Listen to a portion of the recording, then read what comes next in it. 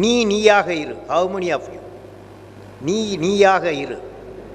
நீயாக இரு. எல்லாரும் ஓகே. நீங்கள் அனைவரும் தனித்துவமானவர்களே. ஆனால் இந்த உலகம் இரவும் பகலும் கடுமையாக உழைத்து கொண்டிருக்கிறது. ஏனென்று தெரியுமா? உங்களையும் மற்றவர்களைப் போல